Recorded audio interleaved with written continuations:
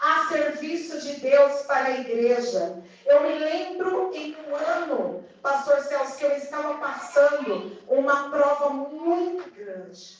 Era uma prova muito terrível na minha família. E aí, naquele ano, eu estava buscando ao Senhor e eu estava crescendo na presença do Senhor. O Senhor estava me treinando com as suas armas.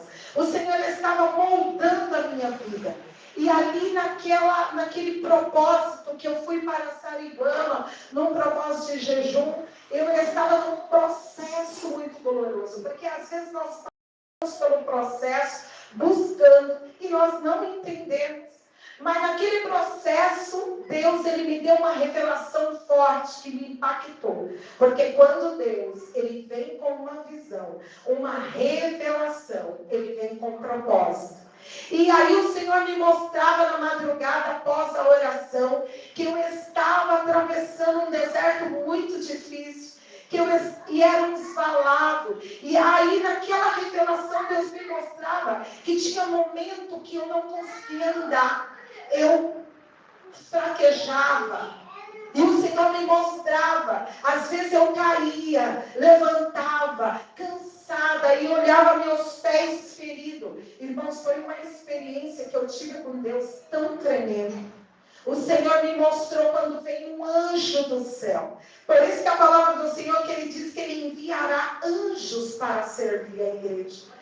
Até hoje eu fico impactada quando eu conto essa revelação.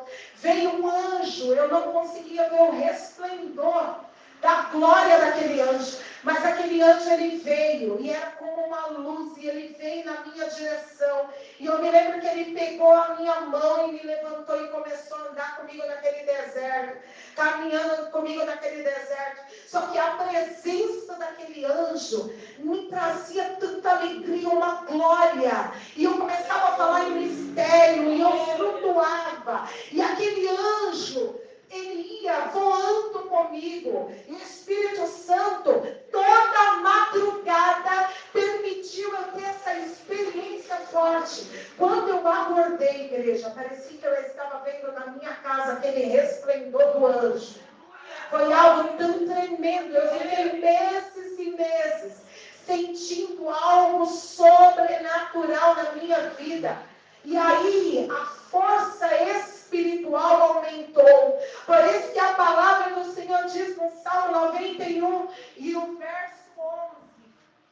Aleluia, porque aos seus anjos dará ordem ao teu respeito, para te guardar em todos os seus caminhos e para servir a igreja. Aleluia, eu fui alimentada